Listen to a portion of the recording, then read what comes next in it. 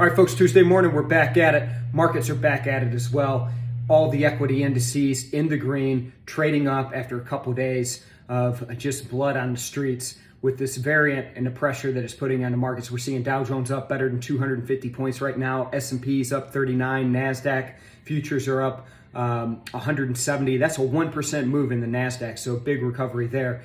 We'll see how things play out for the rest of the day. Again, very light week on the economic data front, very light week. Just in general, as we're heading into the holidays, markets are closed on Friday. Oil trading back up this morning, right around $70 a barrel in WTI. So not a lot expected, again, on that news front that could be a catalyst for these markets, other than anything that's variant related, as well as we've seen some of the news around President Biden's Build Back Better plan that seems to be putting some pressure on markets as well. So that's about it, folks. Let's get in there. Let's have a good day. Let's trade it up. I'll see you folks again tomorrow morning.